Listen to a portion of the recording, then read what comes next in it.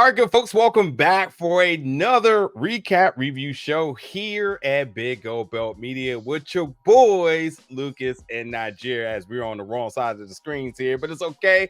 We got y'all. We're ready to break down episode 6 from season 3, Into the Darkness, which this episode is written by Nina Manni and director, returning one of my favorite directors, and Cierra Shooter Glaudé. Anywho, before we get into tonight's episode and all that other good stuff, y'all know what it is. We got a lot of things to talk about this explosive episode after this week break, this little week hiatus, this mid-season finale that we had. You all absolutely want to make sure tonight, or whenever you listen to this, after you're done listening to this, to go check out our interview with the legendary Wendell Pierce and Erica Woods, who you know as Snaps and Pop.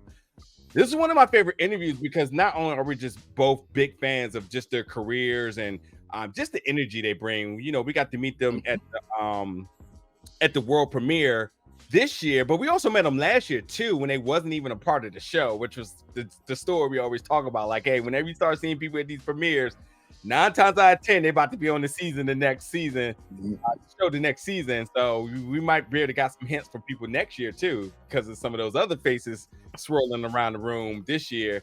But just, you know, with just an iconic and legendary career, they always make really good candid conversations in person, but to actually interview is like a whole different type of animal, because there's a job there and there's obviously questions we had and all of that good stuff. So it was a fun time, but also we just got some really good answers to who these characters are, what they mean in terms of all of the big gangsters in town, and so on. So yeah, you definitely want to make sure you check out that interview. It is on the channel now. But nonetheless, we are very excited to get back into things after a week break. Happy New Year's to everybody. Hopefully everybody's starting off their 2024 on the right foot. I know we are, and we're ready to get into it. So, Lucas, man, before you kick us off, man, how you doing? Happy New Year. How's everything going? Oh, man, this ain't the way my New Year's supposed to start. Okay? I wasn't prepared to have Ronnie Myers just randomly still pop up magical places out of no goddamn where. It looks like we got to say goodbye to somebody, or to have people argue back and forth about it in the comments. Like, oh man, nah, y'all are bugging. He's dead. It's like, oh, you know, this ain't show a body yet, though, right? Yeah. Excuse me. What did Howard say in this episode? Just say it louder. What did he say? I'm about to say there's no body yet, but you know, he's gone. The point that they say he's missing is even a bigger thing. Like, wait a minute. Secluded was it where he got his body dumped at that no one can find this place? Yeah. There's questions. There's questions. Because when Lucas said it last week, everybody was like, "Oh, he's gone. He's definitely gone. How could he do that?" But Howard has said it this episode. So let the speculation begin. And I got to tell you, if Unique, aka or Joey Badass, aka Unique, is about to pull off one of the biggest swerves in Power Universe history, I'm all for it. Because he's done major interviews with major outlets talking about his time, talking about him being upset, talking about how he thought it was going to go. And if this is a swerve, man, oh man, oh man. But we'll see. Let the speculation begin. There you go. But let's jump immediately into the episode. Again, this is episode 6, Into the Darkness. And it starts off with Rock as she is approached by Unique's girlfriend. And why does everybody know where Rock lives at? I need to know this. Why does everybody know where Rock lives at? Like, this is, it's like the St. Patrick penthouse where everybody knew where that joint was at. Where Rock moved to. But she approaches Rock about Unique missing. Here, the key part of this scene is that we get the time frame. Her saying he's been gone for over a week now. Yeah. He said 2 weeks or a week. I suppose she said it's been a week. It's been a week. I'm sorry. I'm thinking one. It's definitely, I'm thinking 2. I got in my notes that says it's been a week. Yeah. Yeah. So it's been a week. What did you think about just starting off this way? And we might as well branch into it. The conversation they have after the fact about, well, if you didn't do it, what could possibly happen to Unique? And Rock here putting a bug in her ear. Look out for Ronnie. Yeah. First of all, I'll be beyond interested to interview the actress that plays Unique's baby mother. Definitely on my high priority list, just because I think there's a lot with this character, especially with all the conversations, all the trending things that's kind of going on. I think there's still a lot of developments, but yet intrigue with this character. And this was a interesting scene because Rock profiling her. First of all, let's just call it what it is. Most gangsters and their wife are kind of down. And she held that gun and she didn't know what to do. She was nervous, and Rock called it, said, this ain't your life, which is interesting, which only do further prove why Unique felt more comfortable with Rock. So I love that dynamic, and I love that they're putting these little nuances within this character for us to pick up on. Because I instantly said, with her rage, with her emotion, with her probably grieving at the time, Rock should have caught a bullet. If Rock was not as big as character as Rock was, Rock should have caught a bullet without a doubt. She came in there with the gun, said, "Where's my man? I know he's dead. He ain't checking his son in a week. Everything's off." She had that thing pointed. Even how they shot it screamed, Rock should take a bullet right here.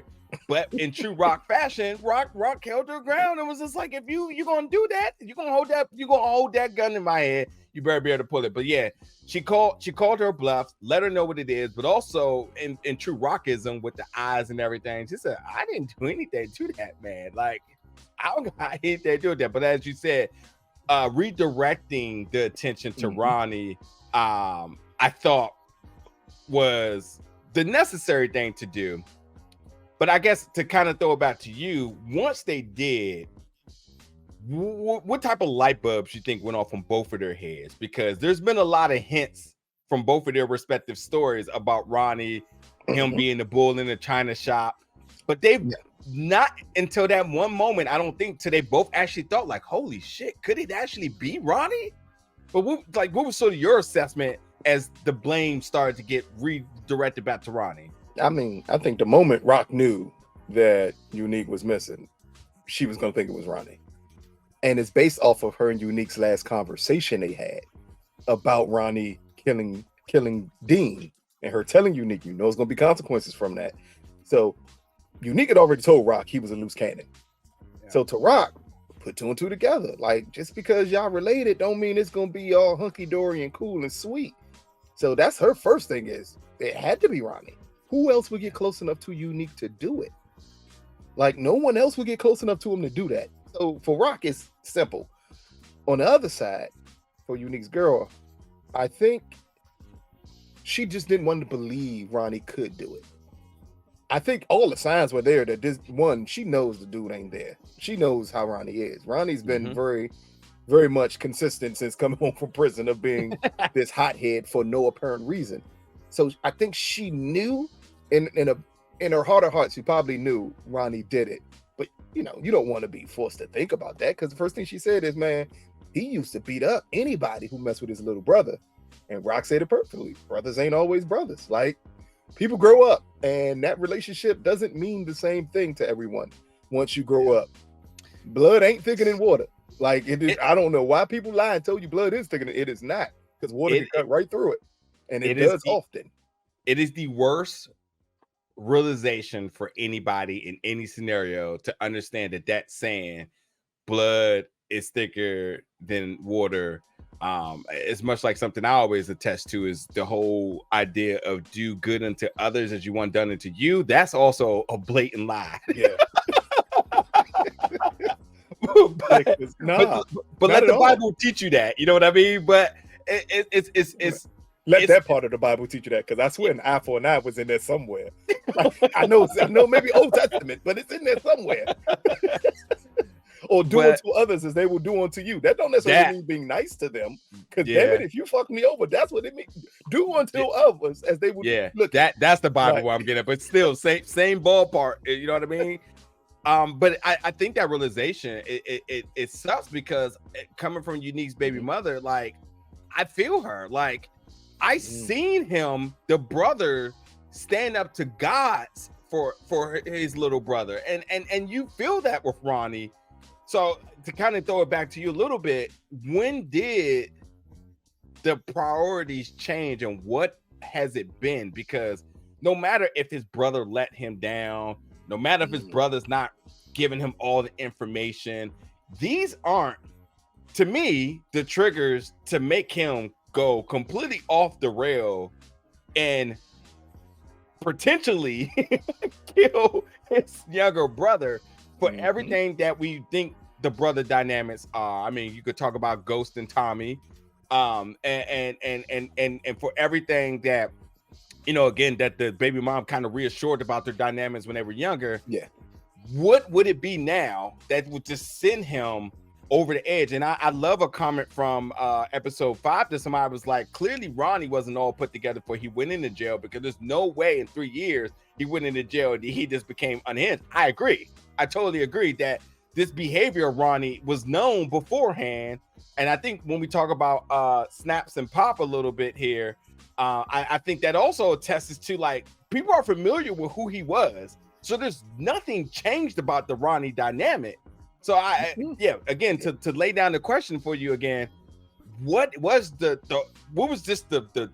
exclamation point at the end of the sentence that said Ronnie was like, no more Unique, forget that?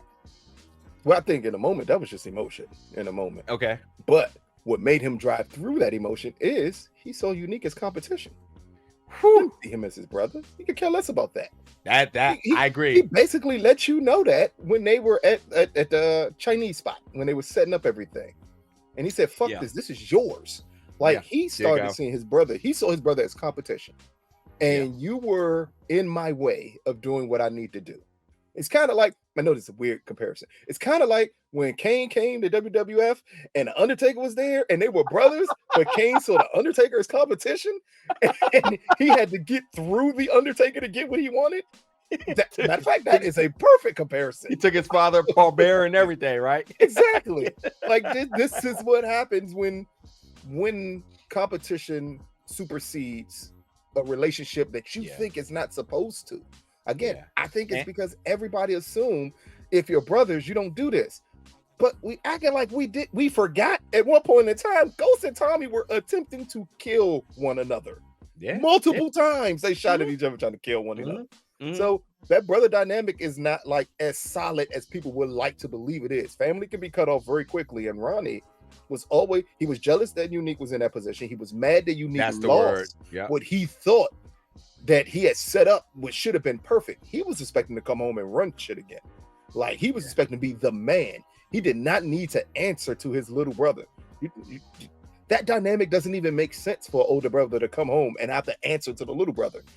Look at Force. Do you think that dynamic would have worked if Janard was like, nah, it's my spot? Janard tried that, and what happened? Diamond beat the hell out of him and took it back from him. And then Janard went to attempting to kill Diamond because of it. Like, that's the dynamic here. No difference between Ronnie and Unique. Yeah. Well said. Yeah. But let's get on to the next part of this, and that is Lulu and Famous. As Famous is in there spitting this hot fire. Dylan bars. As he's in the booth. But here we get to see a side of Famous that we haven't seen before. And that is him letting all of his emotions out through his music. Beforehand, it was always him telling someone else's story, as we saw with Streets Need the Body. That wasn't his story, it was someone else's story. Here, he's trying to work through all of his trauma through his music, and Lulu is attempting to push him through it. What did you just think about early on in this episode, the setup between them two in the studio and the conversations they had? Because that's the most important aspect of it here, because we get an inside look also at Lulu while he's telling and giving advice to Famous. Yeah, I don't want to spend a lot on this analogy I'm about to make, but I'm very glad that Famous is attached to Kanan and not a situation where like D-Mac and JP from Force in their connection, because Famous is very much toting that line of irrelevancy for a little bit.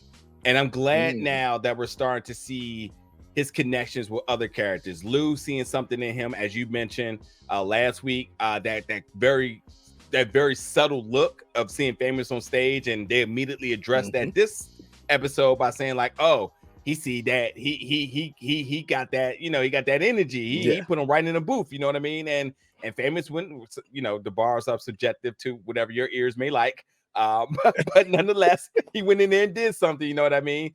But as he said, he's confessing in these lines, and to see him be raw and emotional about the things, and as you know, Lou kind of alluded to, in the sense of like, man, you feel better, you get it all out, you know, and while Lou obviously got some confessing he needs to do in this episode, you know, he preaching church, but you listen, you got to practice what you preach, so he did it. So I'm not mad at Lou either here.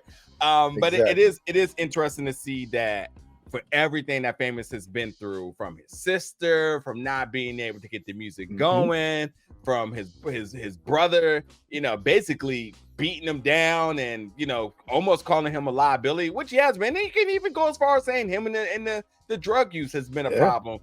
He's got in there and he had something he needed to get off his chest, and he did it, man. So I'm not mad at this, and I'm very interested in seeing where Famous story goes, because for the first time in 3 seasons, I think the audience has grown a heart to Famous. And other than that, Famous has just been a character that's just been there. He's been like the Raina of Raising Kanan, where it's just like, oh, so yeah, disrespectful. Tariq got a twin, I guess. Some episodes, maybe, I don't know. So it's good to see him climbing that totem pole higher than Raider in the relevancy of power characters. It's 2024. I'm just not even gonna get that comment the energy that it deserves for me to give it, because that's 2020. This 2020 new, 2020 me, 2020 new. I'm not giving that energy. I'm just saying Famous did spit his Spice One Trigger Got Snow Hot in that booth, and I did like it. It was a touching moment. But next up is Howard meeting again with the task force, as they say that they believe at this point that Crown is a red herring. I'm not going to tell y'all. I don't hear the term red herring often. When I heard I like it though. One of my favorite terms when I hear it. Hey, I only think of a pup named Scooby-Doo, because they will always blame red herring for everything that happened, and that's why they blamed him, because he put red herring. Is that on Max? That's one of my favorite shows. I haven't seen it in a long time. Is it on Max? No, I have not seen a pup named. The point I remember the theme song from a pup named Scooby-Doo. Yeah, like that's just. I gotta check. But what do you think about this setup with Howard now with the task force? And we could focus here on Howard's whole thing with the task force, and that is this happening to him actually attempting to get onto narcotics to get closer to the task force. Yeah, it's interesting because I'm still not seeing Howard sweating bullets for everything that's revolving around him. So I love this little bit of chess match between the task force leader, I forget his name, and Howard. So why they're not making this a huge focal of the episode and truly the season, because I was expecting a lot more Dina at this point, and a lot more about Berg, and a lot more about who shot at Howard, and continue to pick up everything that Burke was pursuing, as well as the Crown Camacho thing. They're kind of keeping this in the background, which to me tells me they're going to load this up to be something very big in 1 to 2 episodes. And I'm thinking episode 7, 8, or 8, 9. I'm thinking more or less. So, but yeah, I do love, like, I'm reading Howard's body language, and I'm feeling the confidence, like, oh, I feel like he feels like this is going to just breeze by. And you know what's cool?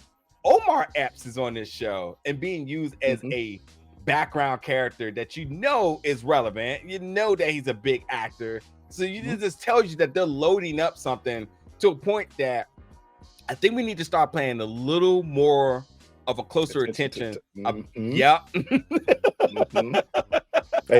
been feeding us breadcrumbs this entire season about this task force, and all of a sudden they're feeding it with him getting closer to the task force. Like it's going to be explosive, because I think it's going to open up something that we didn't see coming.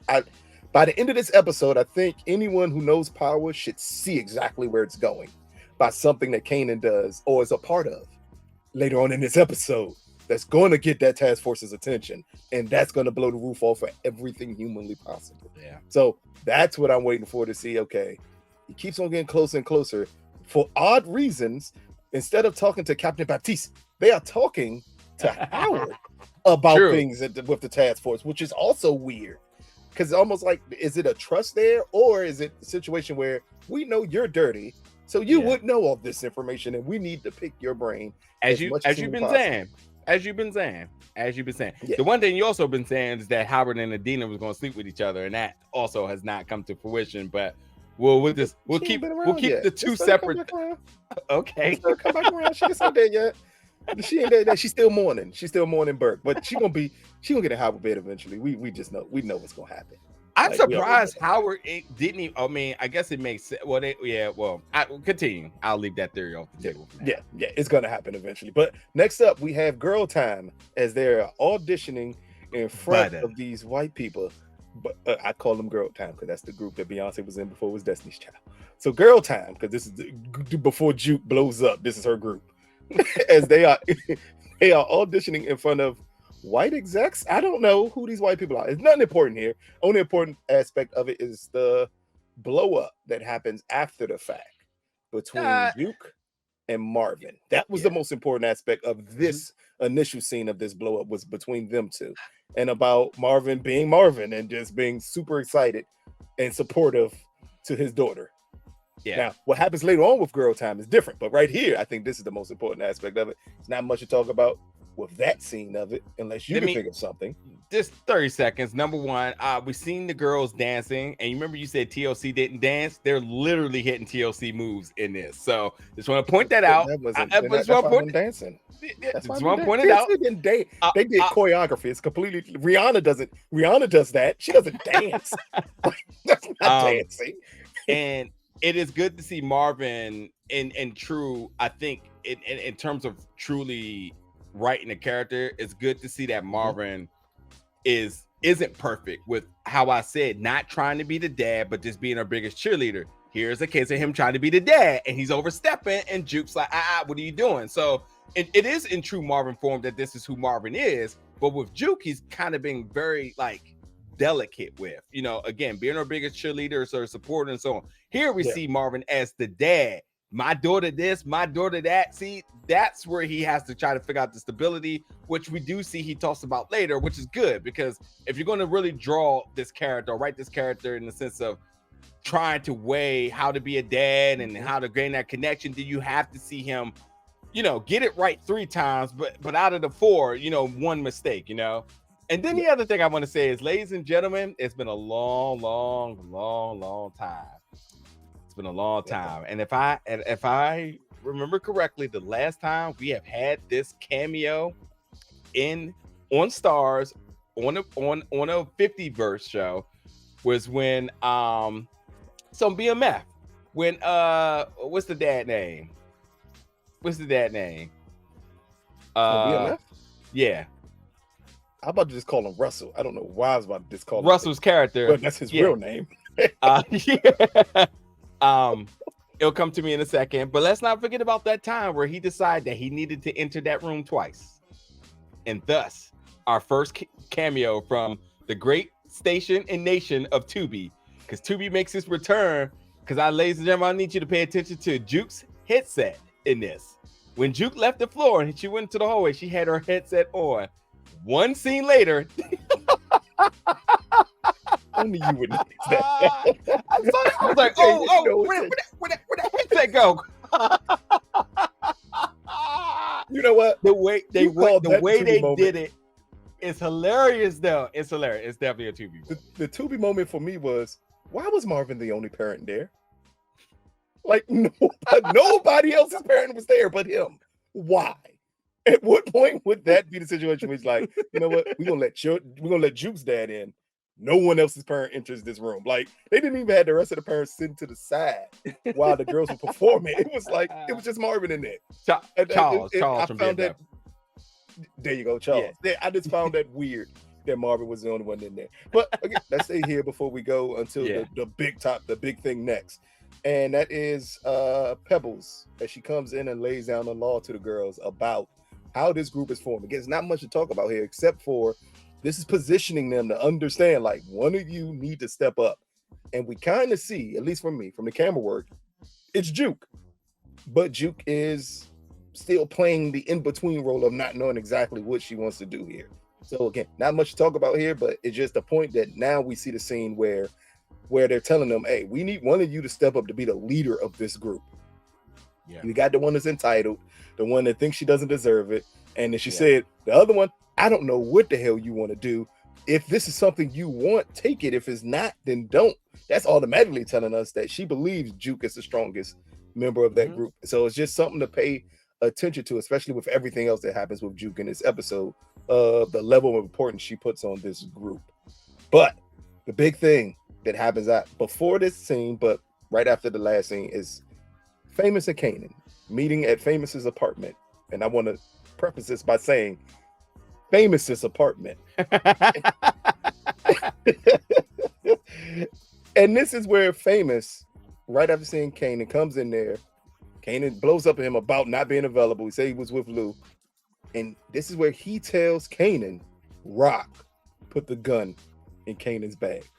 All I'm going to ask you is, I'm going to ask you two questions. One, do you think he's justified in blowing up at Famous the way he did?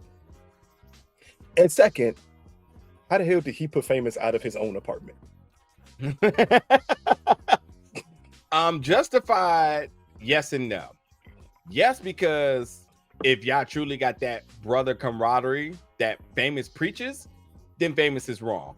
But that's voided because when Famous was locked up, Kanan didn't hold his level of responsibilities to that bond, to that agreement of brotherhood. So it's null and void. So no, you absolutely don't get the bully.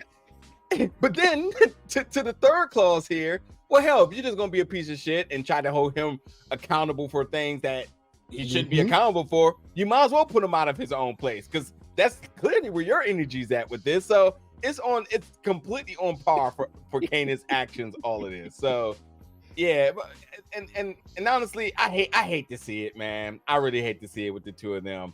And Kanan's not going to be being humbled no time soon based on this episode. So yeah, he's not justified. Well, based on this episode, it's gonna get there. But he's just a little. It's gonna get there. We're gonna talk about that later, because I damn sure Sydney. I'm definitely seeing the humbling's gonna come, and he's just oblivious to it right now. True. I mean, yes, but to Famous, he's not ever going to be humble. Oh no, he don't give a fuck about Famous no more. Yeah. But if anybody is going to do it, it has to be Juke. It has to be Juke, because Juke continues to be the moral compass to everything that's happening around Kanan. And God, man, this is. If we had not known the fate of Kanan and Juke at the end, it's just mind blowing, man. It's not on my bingo card. It makes you question so much about what happened. They're gonna have to play up the way this relationship just disintegrates for it to make sense for what happens in the original Power show between them two. Because right now, it just doesn't compute that would ever lead to it. But again, it's the same thing that with Ronnie and Unique. That is a sibling-like bond that clearly went away because one sibling made a choice to end the life of the other. So, I mean, it's an interesting dynamic that they're playing with here with Power. Everybody talks about what? Fathers and sons. Fathers killing sons in Power. You need to talk about siblings killing siblings in Power. Because, boy, is it happening a lot. Yeah. With these close relationships of, you're like my sister, Tasha and Lakeisha, or you're like my brother, or you're anything of that nature, and they end up killing the other one because of that relationship. So, again, I think it's just something they're laying down the law to let us know, like, hey, this stuff can happen. Yeah. And following that is the reveal of Evil Ronnie as he goes to Unique's house and takes all his jewelry, I'm assuming. Because I was confused with what he was putting in the bag. It could have been drugs, because Unique didn't hide drugs in the house. Yeah. Also, hold on. Because I feel like we missed. This isn't Ronnie's first appearance in this episode. He did appear before they went in the studio. What? Hold on. Let me take a continue. It's a particular scene I want to talk about with Ronnie, but I'm just trying to figure out where I have it in my notes. I'm trying But to see if it's before or after. It might be after. This is the first time I have Ronnie really doing anything in this episode. he appeared earlier, and who did he Did he interact appear with? like Michael Myers though, or did he appear? No, not that one. I know where that happened now. He appeared earlier because what I wrote in my notes is when he appeared, somebody was talking to Ronnie. Oh, is this can't be the scene? Oh, okay. I'm sorry. So when Ronnie was collecting the jury and everything, this is what you're talking about, right? Yeah, I don't know. My stuff is. I mean, you're driving the bus here, but the first thing I honestly thought when they first showed Ronnie, I said Ronnie's going to have zero dialogue this episode. That would be nuts. I literally thought they were going to zero dialogue him because remember when he was collecting the jury, she's talking to him, but man had nothing to say. And I was like, oh my God. So I ain't gonna lie. I literally started to say, I'm gonna put down the tally for how many times he said a word. And obviously he fully talked this episode. Yeah. But do you think they got the balls to give him a zero? No, they can't. Not at this point. I think you could before this episode. You could have done it before this. You could have done it before the confrontation between him and Unique. You can't do it now. You definitely can't do it after this episode because after this episode, he's in control of too much not to speak. He's gonna have to speak now, and it's gonna lead to certain confrontations that's gonna happen because of what he does by the end of this episode. But here, I did find it interesting that he did not open his mouth up. All he did was shove her ass to the ground and keep it moving. Like with no issue at all. But I think the reason they didn't have him speak here is because it's him revealing to her just how much of a monster he is. I think that was the key part here. She needed to see it for herself. Even when after Rock told her, she was still, as she said, like, nah, man, Ronnie used to protect Unique. There's no way he would do that. And then he comes in there, takes his jury, does not open his mouth to her, shoves her to the ground and walks out. To her, that's it. Like that shows that you most likely killed the man that I love. And I think that's the only goal of him not speaking there. That's the main reason for him not speaking there is for them to have that out right there. But speaking of people having things out, because next up is Kanan, Rock versus the social worker with lies and all included as he comes home to blame, well, not gonna say blame, to just tell Rock he knows the truth about her stashing a gun on him, and they're having it out just as the social worker comes through. I'm tired of the social worker already, and this is only the first time they met her. Did you collectively turn out any other way? Collectively, first time they've met her. Rock met her last episode. Rock met her, but I mean, like as the unit that when they're supposed to meet her, this is the first time. Like this is the first time she got to speak to Kanan, and already I'm like, yeah, this angle ain't gonna work. Like, because they're not putting enough emphasis on what a social worker does. She just randomly pops up for no damn reason. But did you think this conversation with the social worker was going to go any other way than it did? Not at all. Yeah. Not at all. And that's why I don't want to put too much energy into it. Literally, it ran beat for beat exactly like it had to go. Yeah. I will say that Kanan could snitch on her. Yeah. That does seem no good. Right. I will say that. Yeah, exactly. I will say this because I know we got some of our fans and audience listeners that are social workers. So you all let us know in the comments exactly your gripes or even ways you say this is authentic about the social worker visit. And also, I'll be very curious to know where do you all see this angle with the social worker going? Because they're making it a thing. They're giving it time. And so there has to be some level of payoff to this. So you all let us know what you all think is going to happen with this, because as of right now I'm 0 for 2 in do I care. But well, I think the first episode I thought it was like no. I say this, the first visit with Rock and her, the importance from that is that Rock is again way out at sea and do not know how to swim back to shore. To the point of Rock saying she doesn't know how to be a landlord, which means to me, she doesn't know how to deal with a social worker. She only knows how to do one thing, as she mentioned in this episode. So I think as these other very lifely and worldly things, and I don't know, you can almost even say normal things that people kind of go through aren't normal to Rock. And we're going to see her face adversity in a way that should be challenging, or ultimately be the reason that she fully conforms back to what happens at the end of this episode here. So almost go out on a limb and say we'll never see the social worker again. That's it, people. It's done now. There's no need for a social worker anymore. This nigga's not even staying at the house.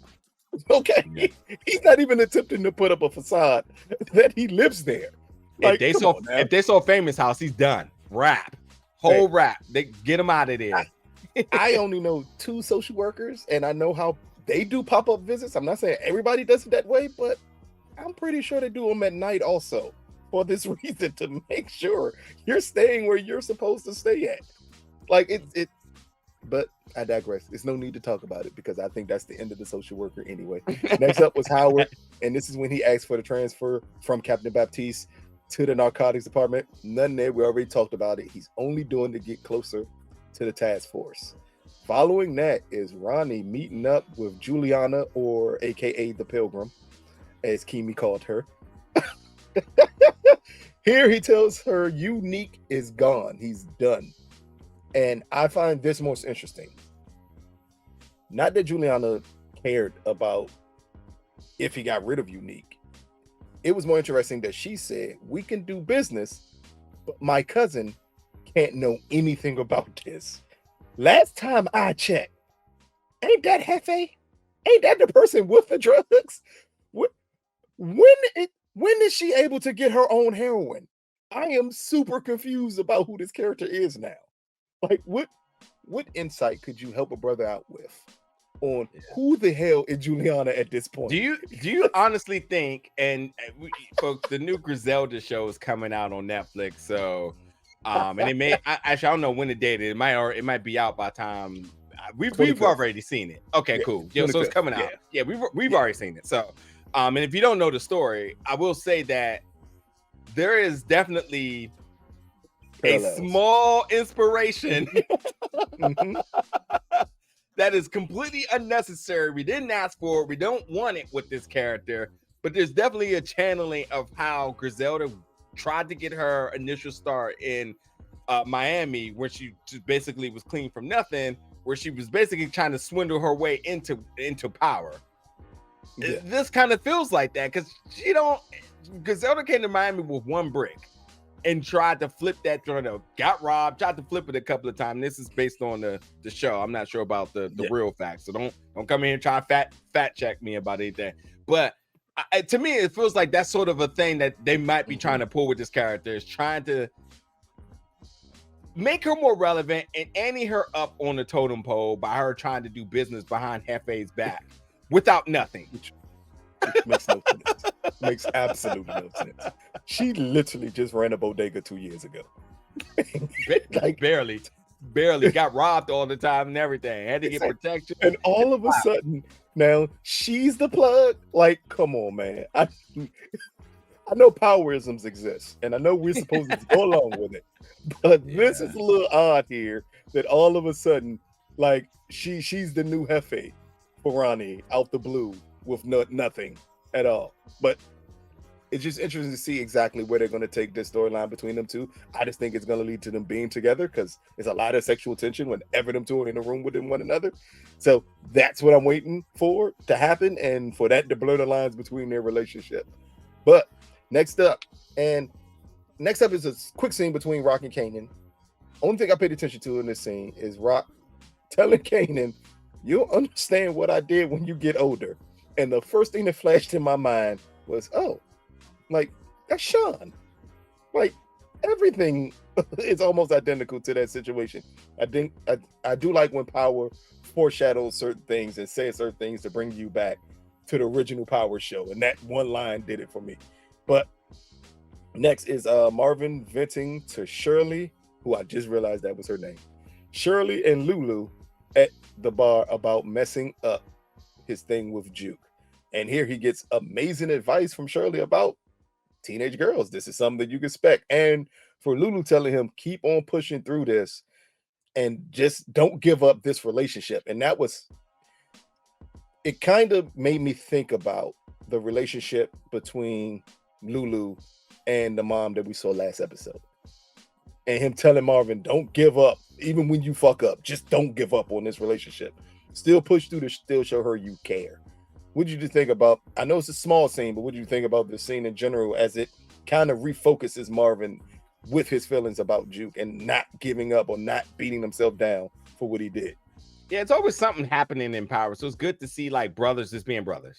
So it's like, let's not forget that they're brothers, and we still need to be invested into the siblings and the things that they go through. So as we are emotionally connected to what Marvin's going through, I mean, I think everybody's truly pro Marvin, pro Juke. I think, some people are on the fence in terms of the relevancy with Lou. I think there is a lot to emotionally invest into. But at the end of the day, I think when you talk about like just the humans of these two characters to like re-level set what their challenges are in this small conversation, and also, as you mentioned, have some point some like pointed dialogue for a reference, like some references from other dialogue kind of pointing into this, I think is also cool. That's what writing's all about in this, is that you want to have the important conversation, but you want to be able to just like, that got pulled from that's where this one come from. It makes it more authentic in terms of just the overall storytelling of what's happening. Yeah, exactly. Next up is Michael Myers as he shows up as Kanan. Bro.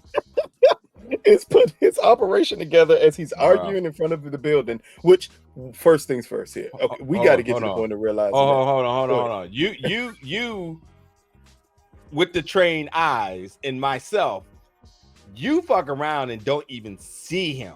So to start off by saying Ronnie was there is what scene are you talking about to some folks? Because the way how they shot this is like, you all are straight trolling now. Y'all going way too far with this. This truly, I know I've said this a lot, and this is only episode 6. This is truly my favorite shot of Ronnie the entire season. The one across the street that did was nuts with the car and everything. Yeah, but this one's nuts. Every man, if you're a lover of horror movies, and you catch this scene, you like, dog, like it's an incredible shot, because all it is a pan around. You see Kanan in the pants, and you see him pan back, and you're like, what the fuck?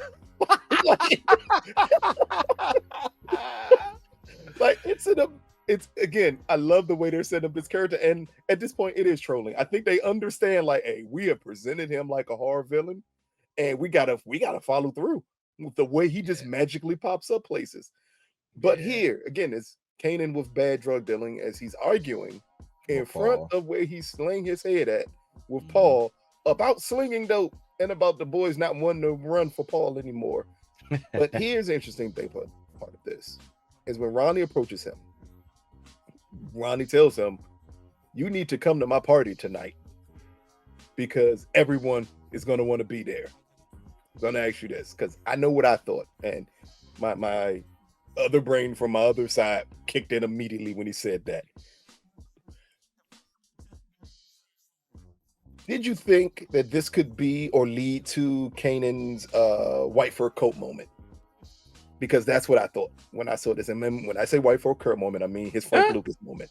The moment he said, come to this party. Because it immediately put him, to me, in a situation he has no business being in. And a situation he does not know how to handle at all. I wouldn't say white fur coat, but I get what you're saying when you say that. First of all, let me just go back to the Ronnie Myers scene. The score. I just gotta mention the score with that shot. They're trolling. They're legit trolling now.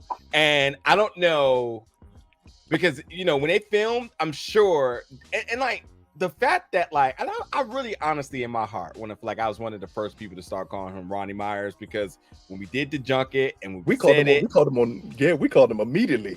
And he bust out laughing, and he looked like he had not heard that before.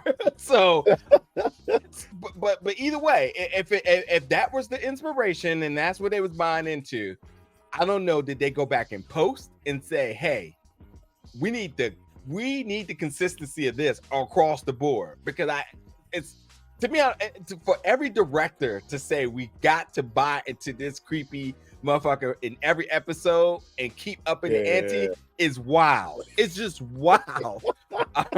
But yeah, when he said about the party, the first thing I thought was the strip club. I thought he was trying to win him over with the usuals, and then even still, I thought it may be a player's ball. But what happened? I guess I just wasn't expecting it to happen the way it did. But I will say this: I went back to watch episode 304, and when Ronnie was talking to Snaps and Pop, remember there was a lot to laugh about that, you know, because of the whole idea of them being familiar with him and the flirting that was kind of going on as well. So like there was definitely a lot to kind of work with. Snaps is the Bonnie and Clyde dynamic is amazing. Yeah. Snaps holding everybody accountable. I mean, like being able to call it what it is. But remember, with Ronnie wanting to get a handout, they told Ronnie, it's like, we'll give you something, you know, but you still need to bring us something. And they needed, if this was business, they say, hey, we'll give you a loan, but you need to bring in another stakeholder. So when you assess Ronnie's infatuation with Kanan, and as we know by the end of this episode, he had to be fond to this guy. So when I started to really think about this towards the end of the episode, I'll say, oh, he has to get on Kanan's good side because he needs him. He needs him because this is a financial thing where they told him, they said, you can't do and run your branch of operation without somebody else coming in. And I'm gonna talk about this a little bit later on in the episode because there's something else I picked up on. I know I can't be the only person that picked up on this, but I thought it was like a, hey, I like what you're doing, little man, in the weird Ronnie way. Come to my party, hang out with me, see how I kick it, was my initial thought. I did not think it was going to be the big granular, almost the what do you knighting. I didn't think Kanan was going to be knighted by the end of this show. By the end of this episode. Because that's not what I got out of their relationship at all. I don't think he needs him though. Oh, I don't think I think he wants him. No, because I think that's why all the rest of those guys were at that party. When they told him you need to bring other people in, you don't invite. I'm not gonna tell you, you don't invite everybody that runs everything to one event unless you have a plan in place for everybody to make money somehow, some way. Now he's definitely going to use Kanan for sure, right? But I don't think he needs him. I think Kanan is his replacement for Unique.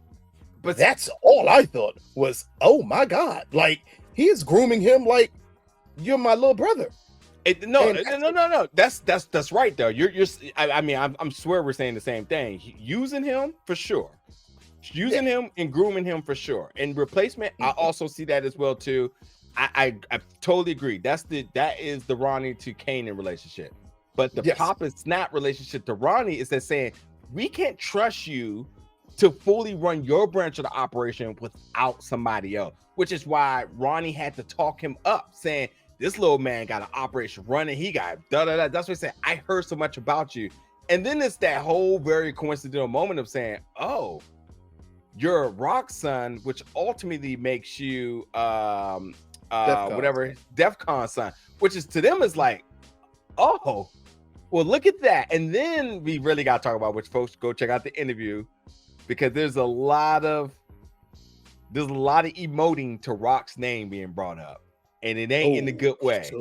There is some I picked up on that immediately. There is some story to be told, and of course they didn't tell me everything, but I think there's a lot that we can expect from that note. I mean, you're bringing in Wendell and Erica; these are hitters, so you know they're going to give them a lot to deal with. And I love that. As much as everybody wants us to get to Ghost and Tommy, I have a strange feeling that we're about to go back in a lot of storytelling in terms of understanding what got them to get to retirement, but still respected as the head folks that everybody knows who they are, and they run distro. And I'll talk about that just a little bit more when we get to some of the other parts of this thing. But yeah, I agree that Ronnie is needing Kanan, but we'll use and groove him. But he needs him because he's not going to be able to get that. He doesn't want to get the operation up and running because he says it. I mean, he brings it up. When Kanan said, I just got dudes on bikes. You Yeah. can get that. It's true. Don't take nothing to get that. But he's like, but your operation's already up and running. Yep. I think it's a takeover more than anything else. That's what I mean by not need him. He just could be, take yeah. Yeah. Could be. And Pops is not gonna care once. I mean, that will be telling Not even because a little bit. No. That may be telling because the Rock mention is like a they're not going to just want to dispose Kanan as easy as Ronnie may, because they may have bigger plans for him in spite of Rock.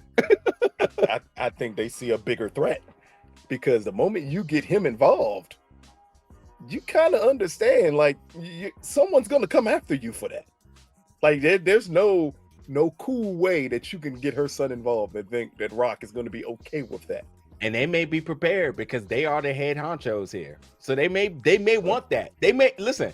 Let's go watch the interview, folks. I'm telling you. If you got a pause right now, we're going to see a true. We'll talk about it as we get to the end of the episode. Let's get to the rest of this because I don't want to talk too much about it because a lot of it depends on what happens in the episode. So next up, we get Rock meeting with Howard. What I loved about this scene, absolutely loved about this scene. One, this is where Howard says the same thing, which is we haven't discovered a body yet, but we're assuming that most likely he did because he's been gone for a week, but we don't have a body.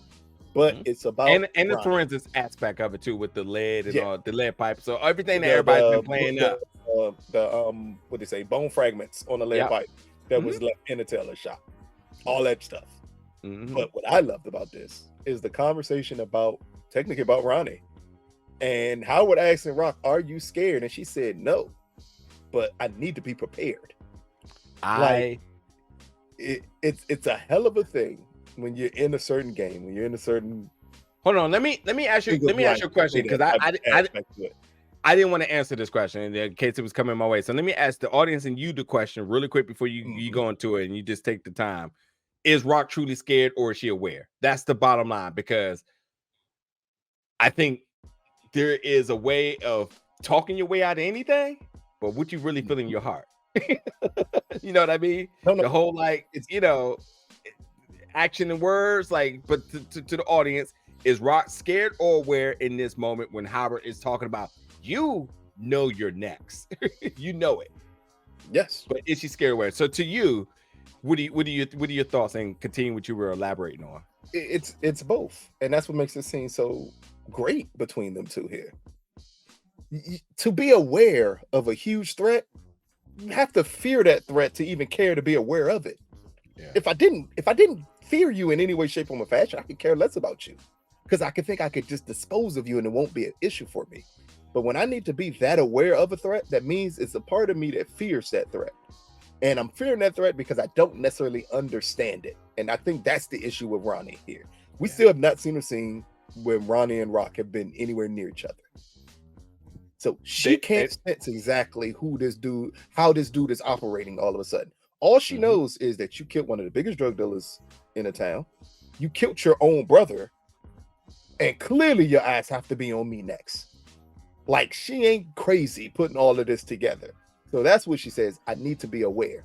And I ain't got to be scared to be aware. But when she pulls off in that car, you just look at her face and see. No, it's fear there. And it needs to be fear there. Because if you don't fear someone, 9 times out of 10, they're going to end up killing you. So you got to fear them. And that's why, again, when she pulled away, I think it's that little extra little gulp she took when she was leaving Howard to show you like, oh, no. She's terrified of this situation. And I think this situation is what led her to make the situation. This situation is what led her to make the deal she makes at the end of the episode. Yeah. Because what's the best thing in the world to do?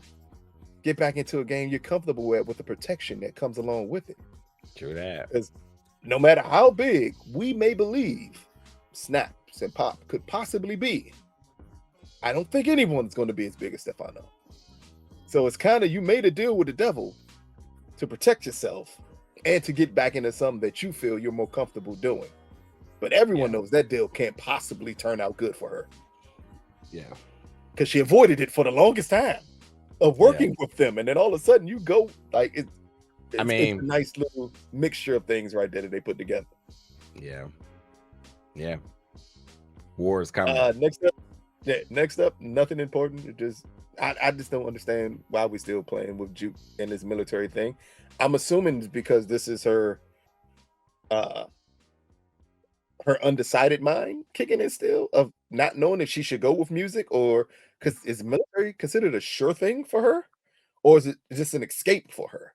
And does she still need to escape? I think that's her issue here, and that's why we see that she got accepted to the military, and we see the look on her face is her saying like, "I just don't know what to do." Like, Yeah. you see that, and then Marvin comes into the room, and Marvin poses the silliest question humanly possible to his daughter, which is, "I need you to help me to be a better father." And, and Juke's response is the response I thought Perfect. it should be. Like, Yeah. you want me to teach you how to raise me. And it's correct. This is how it should go because he's never been a father. So of course he does. He comes in and says like, "I want to be a father, just don't know how." So as we know, Marvin being very transparent as he is in Yes, therapy, he is. obviously, it's the only way he was supposed to approach it. But I do love again that he comes approaching Juke is like, "Are you listening to yourself?" You know what I mean? But yeah, it's the only way that conversation should have went. That's how I saw it. So when I saw it, I was like, it's definitely a weird question, but it's the right way that you write that moment. Yeah. So, almost perfect way. Speak and talking about perfect ways to write a moment. Next up, you get Rock going to the club to talk to Lulu. This scene here is, to me, this is the best written scene of this entire episode. Because this conversation that they have about personal responsibility, it weighed so heavy on everything we saw for the rest of this episode. As Lulu lets it be known, one, I was your little brother. I followed you. I would do whatever you wanted me to do. You was using me as your hitter. And Rock said, telling him, you need to take accountability for your actions like we all have to. Like, you got bodies on you. Don't try to put everything out on me. I'm just going to ask you this. Did you believe this conversation will lead to the complete breakdown of Lulu? That's the only thing I wanted to talk about with this. Absolutely not. And I can't remember what my prediction was. Will was born to turn him back to the bottle, but not him being right. Like, that's what I'm confused about. I'm confused about him getting off his chest, him creating the boundaries and standing up for himself, and it turned him back to the bottle? Because it wasn't about him being right. It literally was about Rock being right. And that's what broke him. I knew that part. Like, that's why I said, like, it broke him because what she said is true. In all honesty, you're grown. Don't tell me as a grown-ass man you followed me around and I made you do everything. No, sir. You did a lot of that shit yourself. And you have to deal with your own mess. He should have said, but you own me, though. You owned me. It's like, yeah, you did say that, Rock. Oh, shit. But So again, it validates everything he says. This feels so real for anybody who has an older sister and not an older brother relationship, because that's a completely different type of relationship. If you've ever had an older sister and you followed that older sister around and you did everything humanly possible she told you to do because it was your older sister, you fully understand just the emotion behind what Lulu is saying. But you also got to understand what Rock is saying, which is, but you got to take accountability for your actions still. Like, don't say, I made you do it. Guess what? Okay, I did. Now what? Like, if you're not willing to deal with your own mess, it ain't gonna get no better by you attempting to blame everyone else for your problems. Yeah. Like, that's what broke him the most, is he wasn't prepared for that conversation. As you said, he was very stuck on being right here and stuck on getting it off his chest, setting that boundary, but he did not expect it to hit him back that maybe I'm partially to blame for a lot of this myself. Yeah. She said, like, hey, we grown now. You was kids, you follow me around. We grown now. I'm here. What do you need? And he couldn't answer. The reason he couldn't answer, because he's not prepared to deal with everything that he did. Because I'm pretty sure we're going to find out Lulu did a lot of stuff that just didn't have to do with Rock. And he would love to blame Rock and saying, you turned me into a monster. But at what point in time do you say, I may have turned you into one, but you took some actions on your own that had nothing to do with me? And those actions is what hurts Lulu, I think, more than anything else right now. Yeah. Next up is a conversation that I first thought it wasn't important. By the end of the episode, we clearly see why it's important or why it was brought up in the first place. And this is Marvin and Gerald as they're sitting talking about their daughters at the park. And some random guy comes up and tells Marvin, I recognize you. You used to hang with Tony all the time. Y'all were dating and everything. Did you think this conversation was leading to anything? Knowing power, we knew it was going to lead to something, but did you think it would lead to what's revealed at the end of the episode, that now he's become someone on the task force's radar? Yeah, no, I mean, it's definitely going to some, but it depended on which way it was. I thought it was going to be Gerald wanting to get a little bit more, yes, you know, but yeah, and like, before this happens, let's not forget about Gerald drawing interest into the daughter stories. Like, I think it makes a lot of sense and blah blah blah. And honestly, I thought the initial question was like, is Gerald being sincere here or is he digging? Because it was a really hard to tell what was happening. Now, the second thing was when dude came over there, I was like, oh, that's one of them crackheads looking for Gerald. It didn't end up being about Marvin. So I was confused. I was like, wait, Marvin? It's like Tony. I was like, oh man. And I guess I was thinking, what was the response going to be? Marvin did look a little nervous. I think it's weird because Marvin's always confident. And yep, never see him with his tail tucked between his legs here. So it's interesting. And I also thought it was going to be one of those white dudes from the club. I struck out. I swung and struck out every prediction right here. It being a undercover fed with I guess those little fake actor kids that he had in there is wild. It's wild. But either way, it still works out that Gerald will continue to support his boy, but also will be more interested in what's behind because now he potentially sees a bigger story. As we know in the news today, journalists will do anything to get a big story. Yeah, we see Taylor Swift, who I'm not a fan of, but we see the Taylor Swift and we see what the New York Post is doing right now. Where Taylor Swift, where they're just like, oh yeah, well, anything we can get a story on, we'll do it. They're questioning Taylor Swift's sexuality, and Taylor Swift has always said she was straight, but now they're questioning her sexuality just because of how she's been dressing going to the Chiefs game, which is just bananas. Like a white woman who dresses to go see football? No, yeah, all bananas. So now they're questioning it, and it's, you know, you love her or hate her, Taylor Swift is one of the biggest celebrities in the world, if not the biggest. Shall I just throw out there? Because I swear they just talk about her every day. I love Beyonce. I love Beyonce. Beyonce ain't as big as she's not on that. She's not at the tip of everybody's tongue every day.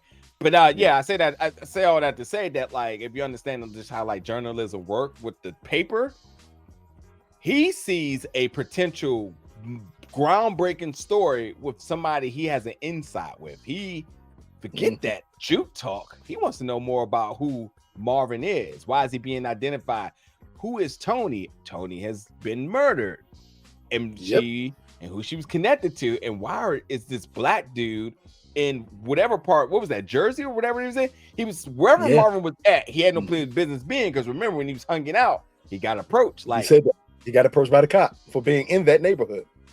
So understanding there is definitely a story to be told yet to be broke here. So we're going to see how Gerald plays it out. But as you mentioned, Gerald also has his own liability, and that liability by way of the drug that Marvin may have. Now, Gerald conflict is, will he be able to stay straight, or will he be tempted to, you know, hit a line or two, or do Marvin actually get this guy hooked so that he can't break the story? Hey, that's the other thing. Like, you never know with Marvin and with the angles he's wanting to go, but I don't necessarily think it will go that way. Just because he said the most interesting, he said Tony B sounds like a stripper. He almost sounded like he didn't know who the hell she was. But again, he's a reporter. You don't know if he's lying or if he just lead Marvin on to make Marvin feel comfortable. But next up, and we'll focus here on all of it, and that is the party and everything we see at the party. We already talked about the conversation between Snap Pop Kanan and Ronnie. I'm more focused on the point that everybody was in the 70s as Juke, Kanan, and Aisha. Did I say her name right this time? Gotta be Aisha. Yeah, Aisha. Aisha. Yeah, There you go. just spelled Aisha really into the better. party. Yeah, that's why I always ask, because that's not how you spell that name. But they walk into the party and we see a lot of people dressed in 70s attire. Like, now I guess this is trying to help explain to us how old Ronnie is, that they will all be looking like this. But what did you just think about the atmosphere of the party, two, the conversations they have during this party, especially not the conversation we already talked about Ronnie introducing them to Kanan and them talking about how much they're interested in. I'm talking about everything that happened after that point, when they were sitting down talking, that conversation that they had. I'm not even sure where to go, so I'm just going to really just like give everything I think about this. The first thing is Kanan showing up with, Aisha and Juke goggles is I don't know if you want to call them goggles, but it's to say her vision is on panoramic it's right her, now. It's her intuition that she kicked in immediately. Yeah. And if you look at that scene when they're coming in and you look at Juke's face, it's pinpointing everybody in the room. Juke. So listen, Juke has always been one of my favorite characters, but I love this because situational awareness is one of the best qualities a human can have. And especially when you got your friends and y'all be going out places and they're not letting you know fully what you're getting into, you want to have somebody like Juke that says, I peeped everything as soon as you walk in, because you need to know where you're going at any given time. Some creepy Ronnie guys like come to my party down in the basement, a place you've never been, and there's nothing but adults there. So I really fuck with Juke in this. And the fact that they've never played this up in terms of Juke, and maybe there is little things in the past that we probably overlook.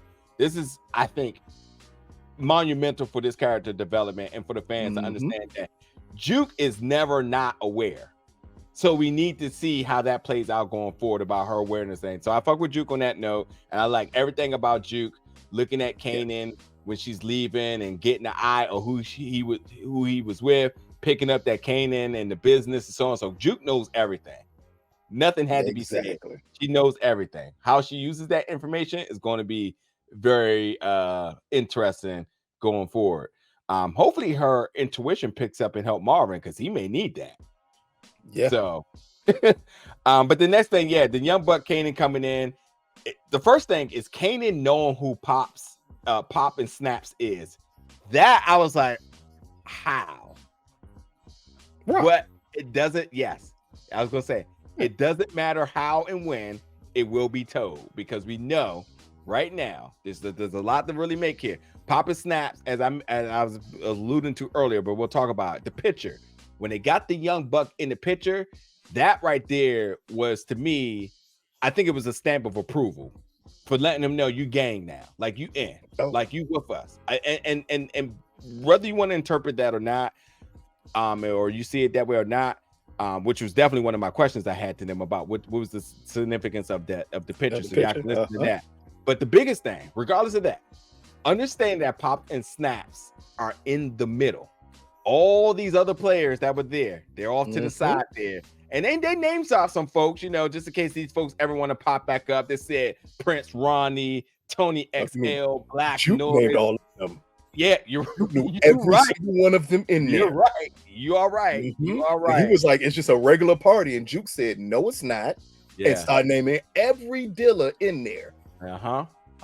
And understanding that this is Snaps and Pop's club. They own a bar and they own a club. So they got some real estate, and everybody looks to them to run the business. All these folks with their minks on and their pin hats and all that other stuff answers to the top dogs that's in the middle. So what's interesting is you observe that right now, but the fact that they know about Kanan, they know about Rock, and they also know about what's the dad name again? Defcon. Defcon. So they ran shop for a long time, to the point that they are in retirement status. But what's interesting is that every time that Rock name gets brought up, you get the fuck Rock from Ronnie, and you hear Pop kind of give a little under his breath, like, huh. Fuck Ronnie. Because Okay. Kanan said something Not very what I said. interesting. Yeah. When Kanan says, you know, I'm not working for my mom, and they said if you were, we wouldn't be talking to you. We'd be talking to Rock. We know that's. I can tell you now, just from that scene, you should know that's a lie. The point that Rock has never brought them up before should tell you a lot. To me, Yeah. that picture was a chess move. 1,000%. That chess move is to Rock. It's just in a message to Rock. No, but Like, we got your son here. But to your same degree, in terms of there's a little bit of being used and there's a little bit of chess being played. I think they do want to use and we'll call it what it is. You say like, yeah, man, this is a protege of his father. So as good as the father was, he could be the next thing. That's just normal. Anybody that's been in any lineage of a drug family or gangster family, the next one up, they just look at Big Meech, Little Meech. It's just without a doubt. It's like, well, he's the next one up. You know what I mean? So it could be that same level of like knighting him in terms of saying like he will be beneficial to us. But what's more important again is Pop definitely seems to have some bad blood with Rock in the past or currently that we don't know about. And I also think too, what's interesting is all the players had the invite to the party. Marvin, Lou, Rock didn't have an invite. I'm wondering if what's his name that got killed by Ronnie, his replacement, were they in there?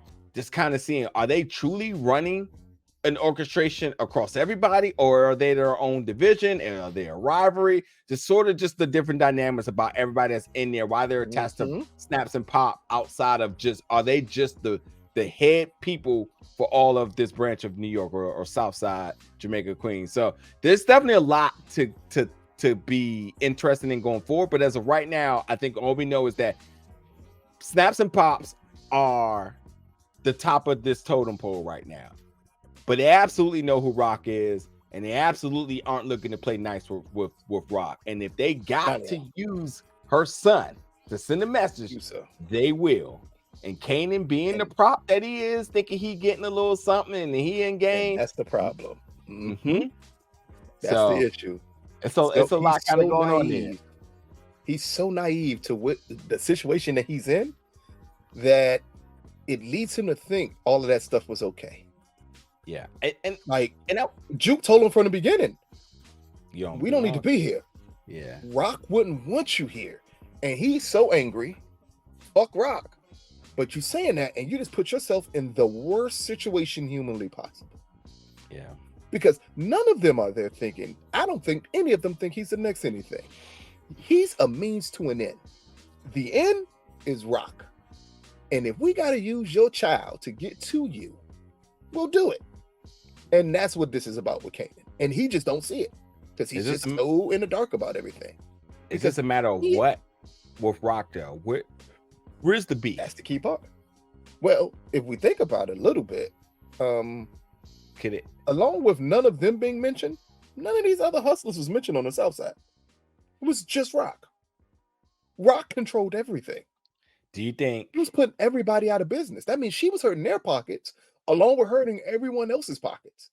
Yeah. Or Rock had taken over completely. Yeah. And I'm pretty sure it led to her possibly pushing them into retirement. Could have been. It's a lot. And I think, this is going to be one of the biggest theories going into this week. And so definitely fans and listeners right now, y'all let us know, what is the beef with Rock coming from Snaps and Pop? There is definitely some history here, and what is it, and how do you think this is going to play out? And I keep forgetting Kanan's fake dad name. What is it again? Defcon. Thank you. Defcon. And with Defcon too, we don't know too much about his story, but he knew he was a top guy. Is there misconceptions about Defcon and Rock's relationship that folks may not all be happy about how it played out? Well, could he been a top player and Rock be the reason? I mean, Rock is the reason he went down, but like, exactly. Hey, say it again. Yeah.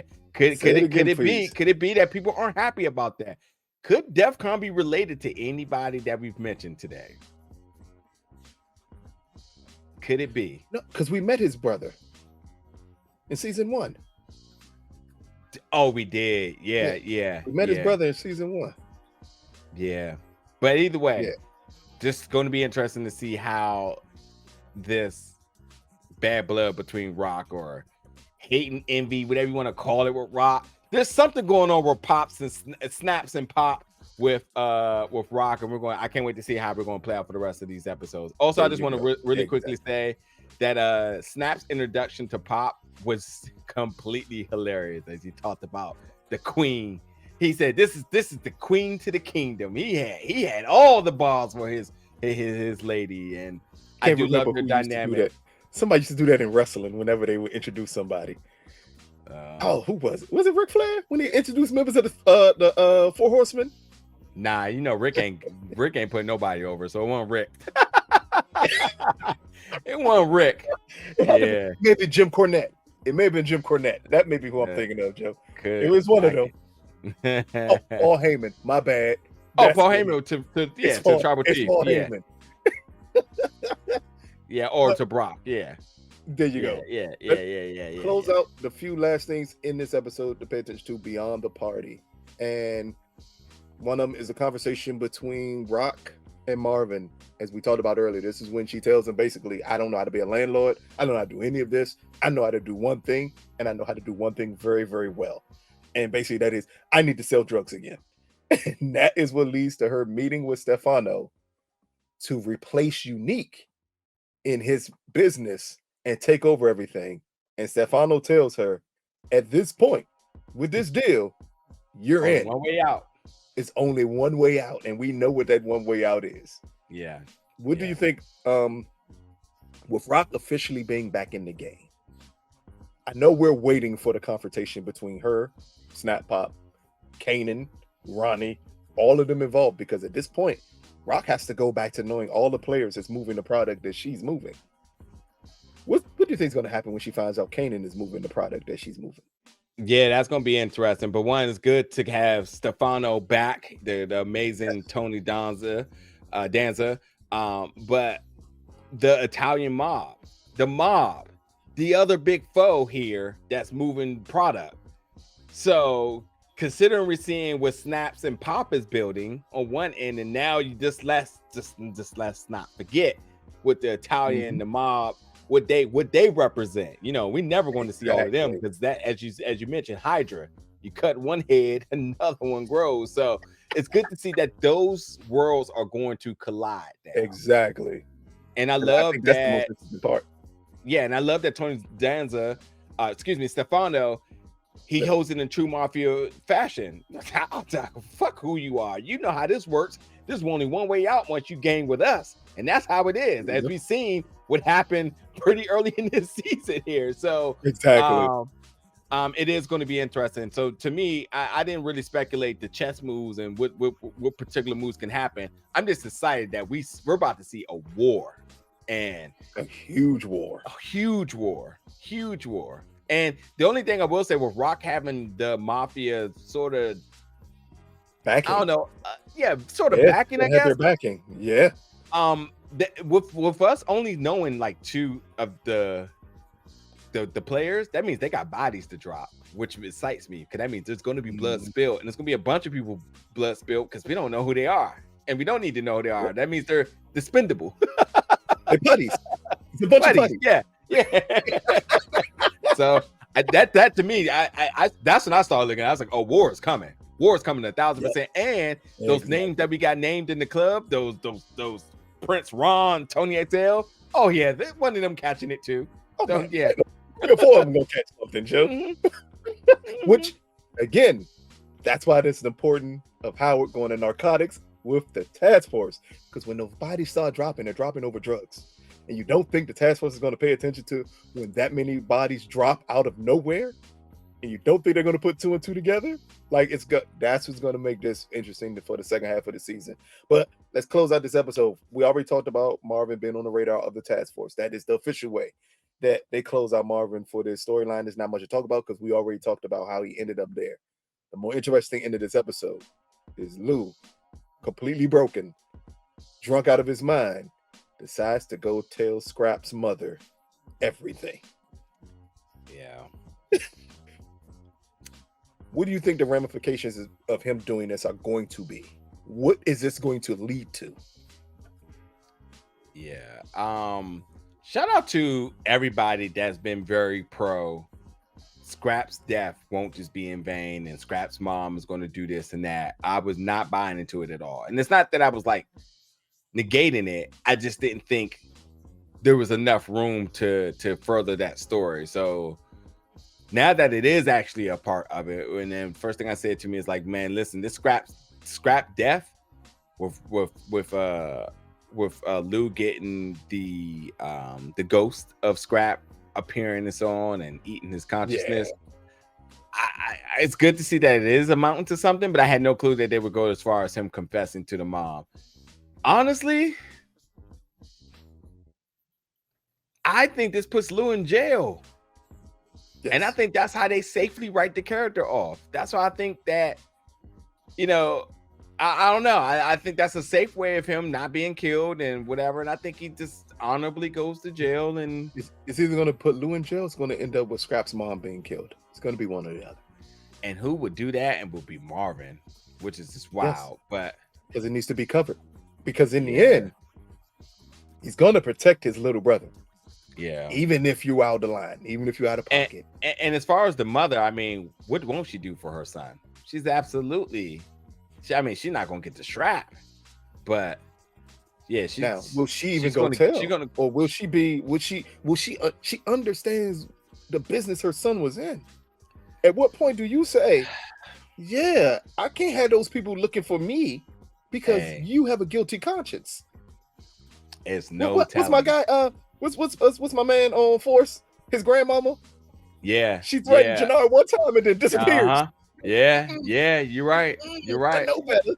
So it's just going to be interesting to see in the next episode or the following episode exactly what the ramifications of Lou deciding to let this information out. Yeah. In an emotional moment at that. Like, he's drunk out of his mind telling her this information. Like, this is him attempting to do what he told Famous he needs to do. But boy, is he doing it in the wrong way. Unless he's willing to sacrifice and lay on the line for everything. But then at that point, he becomes a threat to Marvin and Rock. Because at that point, I can't let you live. Yeah. Because you can't go to jail. I'm not depending on you being 10 toes down after what you did. I got to kill you. I have no choice. Ooh. Yeah, it's not. This is a listen. As last week was a mid-season finale, and literally had the world talking about Unique's death. You know, for this to be a mid-season premiere, this is a banger episode because as us and we take this pretty serious here, and we try to get out as much as our logical theories as possible. This may be the first episode in a long time that I have so many questions because we really just do not know. We just do not know. We don't know Pops and Snap's next move, intentions. We don't know what their beef is with Rock. We don't know what, as you just mentioned, with Scrap's mom, what she may do with the task force looking at Marvin. What will Howard's reaction be? Does he go tell Rock? Does he say nothing? Does he finally have his scapegoat and he put it all on him? He definitely he's left with a decision now of saying, could this be the person I could put everything on? He knows everything that's going on with him. So it's a lot. It's a lot. And I say all that to say that episode 307, We're All Guilty, is written by Brian Walker and directed by Sasha Penn. You already know. So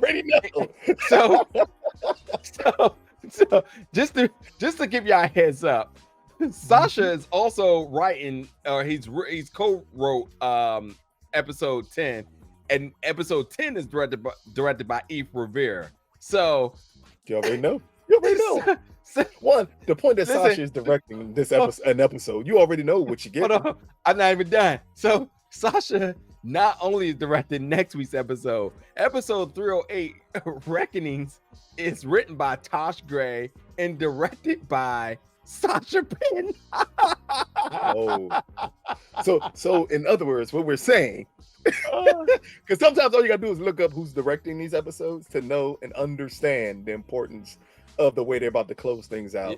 So Listen, while this is an amazing comeback from an explosive mid-season finale, the next episodes are going to be absolutely crazy because it's too much stuff that they got to explain now. And Sasha everybody's been waiting for Rock to come back. Sasha went into the vault and grabbed the Infinity Gauntlet and says, "I'll do it myself." So just know when the showrunner and the creator says, "I'm going to direct 2 episodes back to back," that's like I got something I need to I got something I need to do. And then I got something I need to do real quick. Direct 2 episodes back to back, and then you close the season off with the power director. Yeah, like it's gonna be fun. It's gonna be. And he's fun. like, if I'm gonna let Eve direct this, then let me make sure I write this. So Sasha definitely got some things he want to make sure get into place in these last 3 episodes. And also just want to say on episode 38, it's also being co-directed by Don Wilkinson and Monte DeGraff. So there is some other names there from Power stuff, but still Sasha is also credited to that. So going to be a ride, folks. Last thing, because I got to make sure I say this before I forget.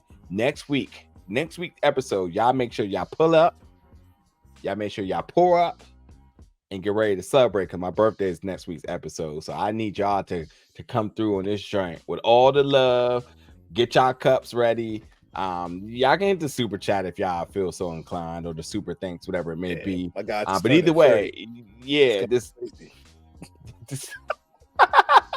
y'all just make sure y'all come through and have a good time. I mean, y'all do all the like, subscribe, and notification bell, all that, YouTube rigmarole. All I care is that you all red cups and do what y'all do, so we have some fun next week. Because listen, if I'm gonna work on my birthday, then y'all better come through and have some fun with us. So there's that. And hopefully we got some more interviews coming up. We're going to see. Again, I have interest in Unique's baby mom. I want to talk that's the interview. Yeah, I want to talk to Detective Adina, because I feel like she has to pop up sometime again soon. They have not allowed. I just want to know when we're getting Captain Baptiste. That's all I need. That's all I need. Not nobody else, man. Howard hasn't done interviews for this season yet, so that is definitely a little interesting that you don't have Omar Epps doing interviews. So I know he's probably busy with something, and he is busy with stuff that we know. But you can only imagine if or when he does and what he may have to talk about. But yeah, we're definitely we're gonna work our magic and do what we do. So there we go. Yep. Anywho, and that's it. We good. Episode 6, Into the Darkness. We'll see y'all next week on episode 7. Peace, people.